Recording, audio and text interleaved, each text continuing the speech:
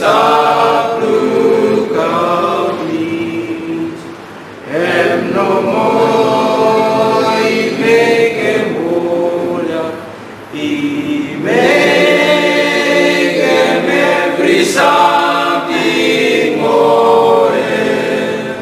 Now, just what was coming to me this morning was everything we've done thus far seems to flow beautifully into what we've got from the Lord this morning. So we might see it by the time I get to the end of the message. Now, also today I'm going to get you, as you may know, the title's called Renewing Your Mind. Now we're up to part 3. If we recap, we had part 1 and part 2. I'll recap all of that. So anyway, the first thing I'd like you to do is, if you'll just close your eyes for a moment. Just as we come into this is certainly for me. Whatever works, make a picture, a dining table, desk, office, whatever.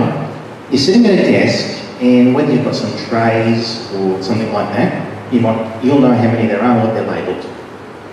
Everything that is on your mind, all your burdens, your prayer requests, what you've got to do after church today, what's happening tonight, what's happening tomorrow, work, health issues, family.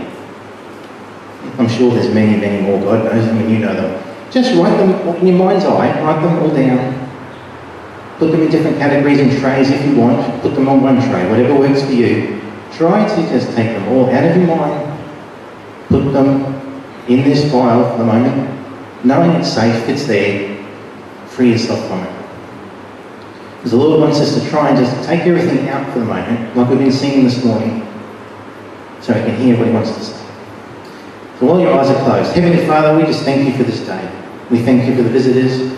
We thank You for what You're doing. And I just pray that You'll help me deliver the message You've given me that can speak to everyone's hearts and minds this morning. So Your will can be accomplished in everyone's lives. And the church said, in Jesus' name, Amen. Thank you. As I was finishing this message off the other day, Nigel has been saying that the last 2, it's quite an exciting series. And all of the messages are exciting, really.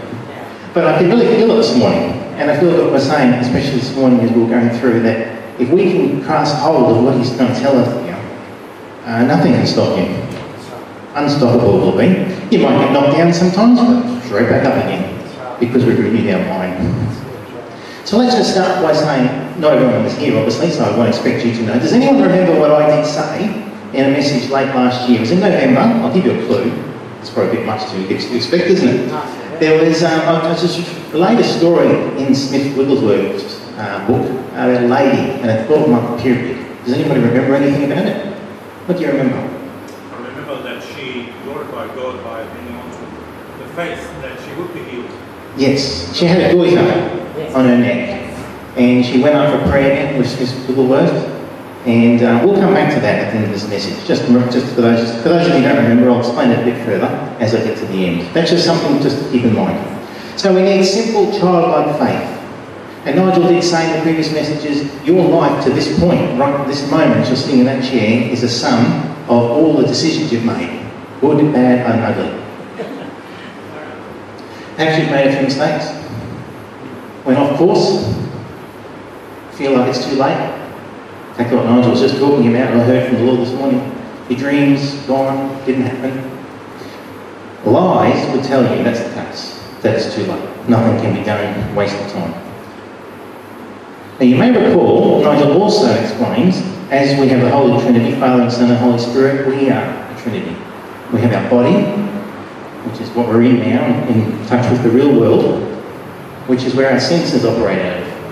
Let's go through them. We've got to try and use them. I didn't write this down, so help me with that. Eyes, ears, nose, taste and touch. All of our body senses.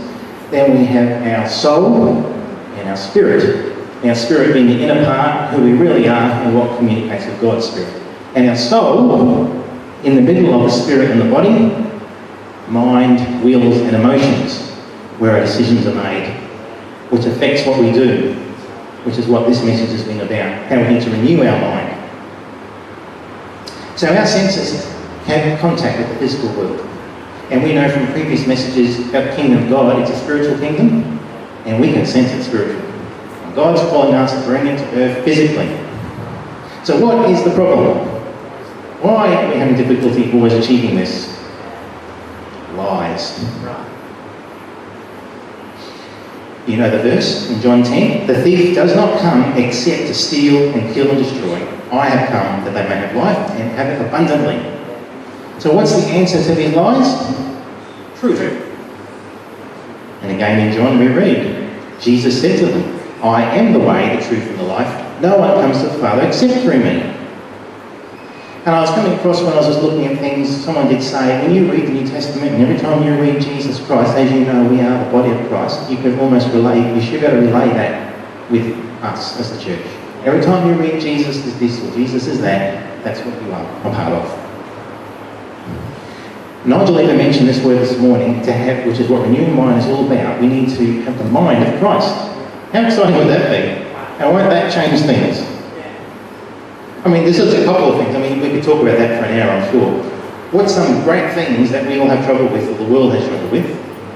God is slow to anger. He has an eternal perspective. His ways are not our ways that are naturally with us and with the world. So how are we going to know the difference between the truth and the lies? We need to learn to hear his voice. Now, as a child grows, they get to know their parents' voice. They get a little bit older, they've been with the parents for a longer time. Parents will call them in different tones, depending on what's going on, and the child will recognise the voice. As it is with us, as we grow in the Lord, we will get to recognise his voice. So again in John we read, Jesus answered them, I told you, and you do not believe. The works that I do in my Father's name, they bear witness of me. But you do not believe because you are not my sheep.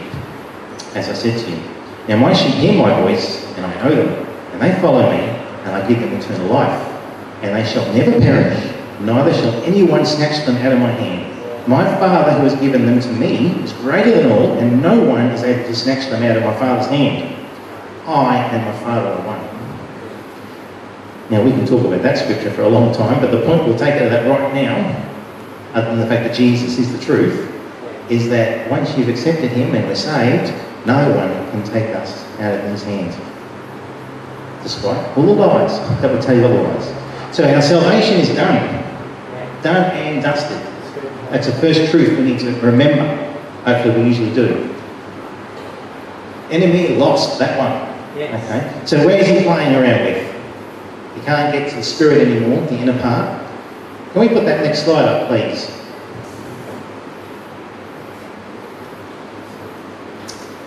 This just gives you a slight illustration, if I move out of the way for a moment, to help explain as we speak on. So as I was mentioning, if we look at it as a demonstration that the body's on the outside, a spirit in the middle, and the soul, the inner circle. The world's obviously the outside. So we're going to leave that up while I'm speaking, so hopefully as things go on, it can make sense. So salvation is done, the spirit is safe, God's spirit's in there with our spirit. Can't be touched. Enemy can't snatch it, it's done. But our enemy doesn't want us to now access God's power, to bring God's kingdom onto earth. So he tries to influence from the world, which he has heavy influence over, to get in and mess around our soul. He wants to rob you of the abundant life, that scripture we just read, that God wants for you. He wants to corrupt your mind from the truth. Now, here's another example for you. Thankfully, it hasn't happened recently, but if you can imagine it's night time, and this time of year we have a lot of storms, sometimes power goes out. It's quite inconvenient. When it's night time, no power, dark. Can't see where you're going, don't know what you're doing, can't use any appliances, can't do much. Without power, we're a bit limited. Not going to get very far. Now those who haven't accepted Jesus don't have, as that diagram shows, don't have the light of God in them, don't have access to his power. So they can have positive thinking, they can walk along and try and do things in their own strength. It's only going to get them so far. It's too hard. We can't do it. As Jesus said, without me you can do nothing. So they're not going to get it done. Now who would want us to do nothing? The enemy. He's really cunning. But when God's truth and the Word, or Jesus, as we know, Jesus is the Word, abides in us, when it leads and guides us and affects our soul, which is our mind, then we have access to his power and we allow him to use us.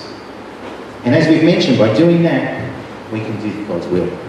Now the world, as we can illustrate there with that arrow, we obviously can influence it, but it's influencing us.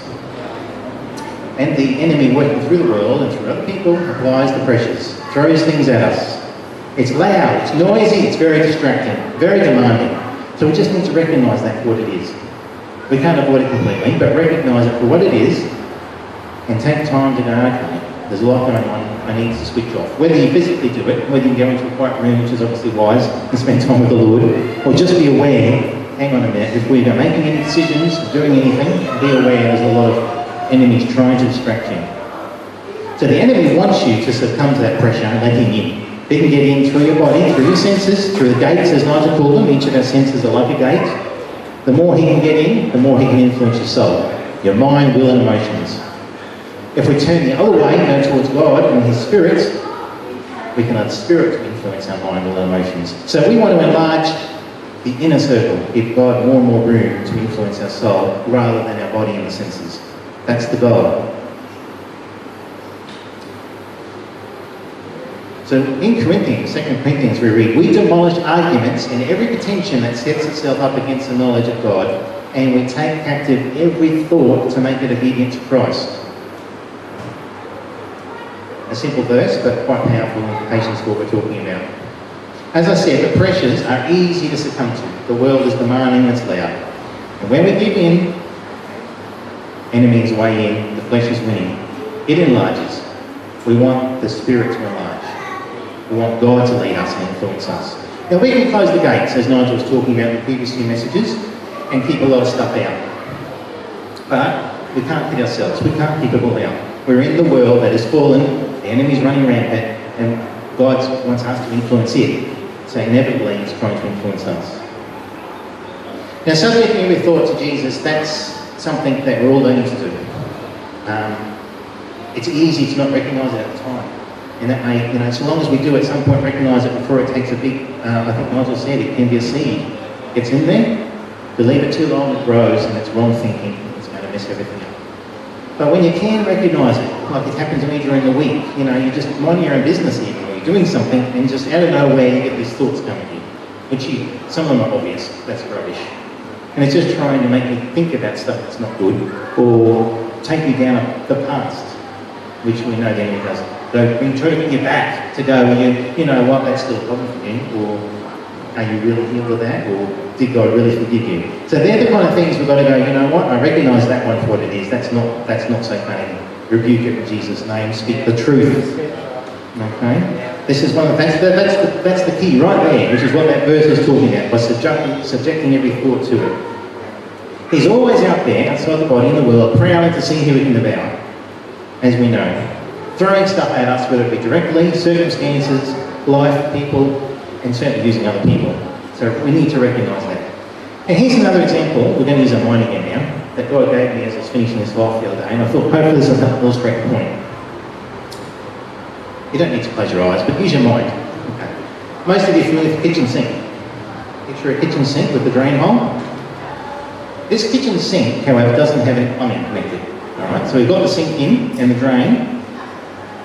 Now that drain is like a gate, so it could represent all our senses and all the things passing through. Now there's probably a technical word for it, the drain cover. You know how it's got like a grate? It stops all the big stuff getting through, doesn't it? But the water is still flowing. That's what it's actually meant to do. Okay, so the really big stuff that shouldn't be going down there should be stopped. And that's the stuff that's probably reasonably easy for us to recognise, that's right. But here's the thing, now a lot goes down the sink, right? Obviously, clean water goes down there at times, or the dirty water goes down there. Clean water goes into your sink, gets mixed up with the detergent. We wash things to clean them, mixed in with that clean water, all goes down the sink. So now, since there's no plumbing in the sink, we really should put a bucket underneath. A big bucket. That is capturing the material. As the scripture said, capture every thought and make it subject. So if we consider that water as a demonstration, good stuff and bad stuff mixed together, going down, being captured, at least we've captured it, now we can bring it to Jesus. Now you might go, okay, but now it's all mixed up. We've got good stuff, there's living water in there. God does speak to us through the world and through other people, as well as within the Spirit, okay? So, but of course it's contaminated with all the other stuff. Or you try to clean things and what have you. So now there's water, doesn't look clean, but there is clean living water in there. Now we can't do anything with that by ourselves. All we can see is mixed up water. Okay, that's where God's power is needed, that's where it comes in. Let me jump ahead to that scripture. You might know the one that I'm going to start.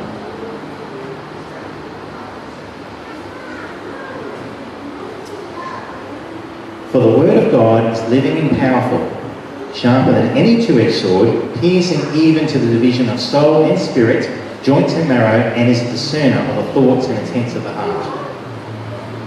We need God's power to clean that water up.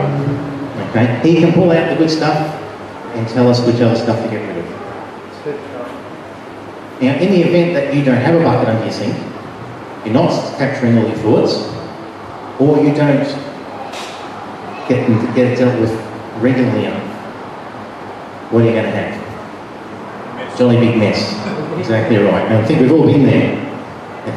So I hope that helps, because I thought God gave me that, and I thought that's a good way to explain this point. So you need to remember some truth here. You know them. Let me just remind you of a couple of them. Renewing your mind, I believe, can be also renamed to reminding your mind, because you do know these things. We've heard them, haven't we? We forget. We so easily forget. You need to remind your mind the truth.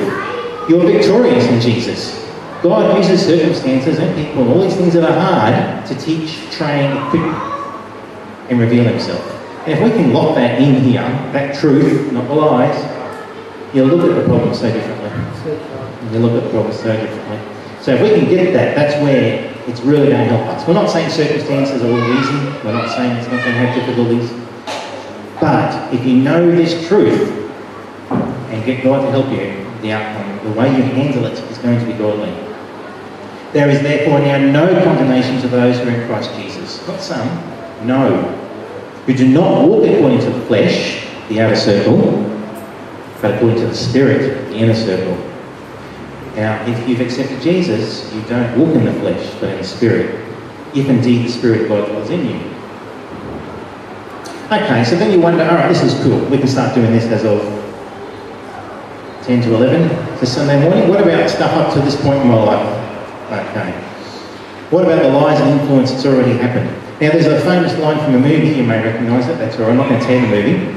But we've got a master and a student, and he's just trained, and he's teaching him things, right? And one of the things he says to him, which is partly tied in with what we've just got here, we must unlearn what we have learned. We've learned wrong, we've thought wrong, we've been taught wrong when influenced by the world. We've got to empty it out and refill it with God's truth. With his help, we can't do it ourselves. Because remember, the word of God is living and powerful, as we've just read. And in Ephesians also said we need to be made new in the attitude of our minds. Talking about renewing our mind is in there quite a few times.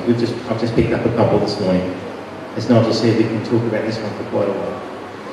As he's also said, what we believe will affect, which is in our minds, make a decision, make a sinner, affects our actions, which is what the world sees. So we must believe the truth and not enemy lies. As we said, he kills, steals, and destroys. Our spirit is safe. We are saved. The battleground is the soul. It's in the middle. And the more the enemy influences it, takes us away from God's truth, the less effective we are for it. So we need to picture it. As Nigel even said this morning, you've got dreams. You've got visions that God gives you. Is God in it? Will he be glorified by it? If not, you probably have your answer, not his. Trust him, he won't fail you. So as we move forward though, you go, okay, it's a bit frightening, isn't it? I know that God helps me, but I've still got to do my bit. We read in John, the law was given through Moses, but grace and truth come through Jesus Christ. So he had grace with his truth. So when we get it wrong, which unfortunately we do, because we're learning, remember? You've got to look at yourself as children, different ages and different maturity levels, but we don't get it all right. That's okay. We're learning. And your lies will come in and tell you God's angry with you. You're not going to get that from God here. This is where we've got to renew our mind with truth. We've all got these on. So we need to dream big, step into it, and see what happens. Always be honest with God about our thoughts and feelings, and He will help you. It's His Spirit and His power that will show us if there's something we're doing that's wrong or something we're thinking that's wrong. Because we can't do it all. If we could do it all, then we didn't need Jesus, did we? So we must remember that truth as well. We seek Him, His Word, bounce off your brothers and sisters if you're not sure. Wait on Him. And if it's not God, as I demonstrated before, rebuke it right away. Don't listen to it, don't let it take hold. Now, if I go back to that example we talked about last year with the lady at the Goiter, what happened for those who don't know the story? So this lady went up for healing with Wigglesworth. He prayed for her. She had a goiter on her neck. And she went home and told her mother and her father and said, "Oh, the man prayed for me and I'm healed." She walked in the faith. She did that for 12 months.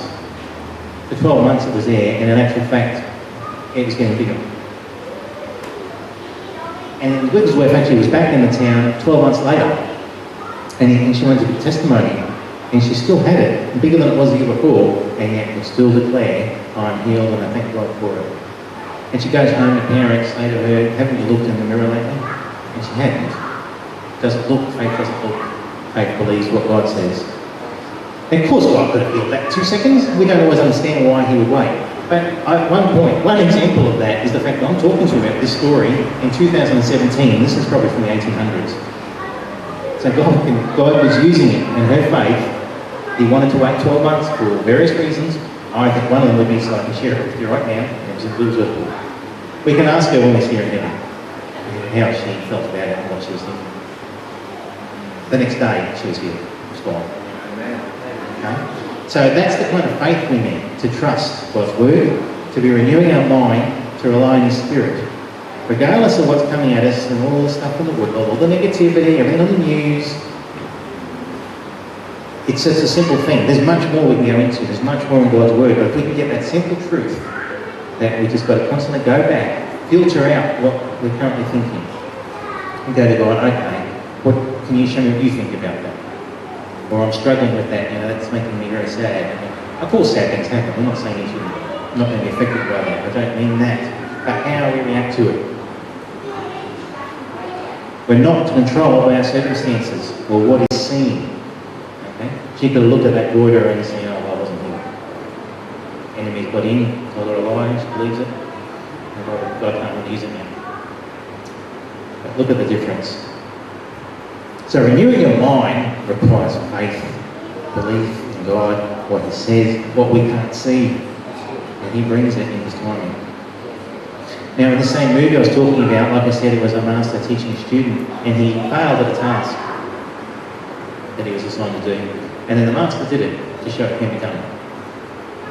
And he came over amazed and he says, "I don't believe it."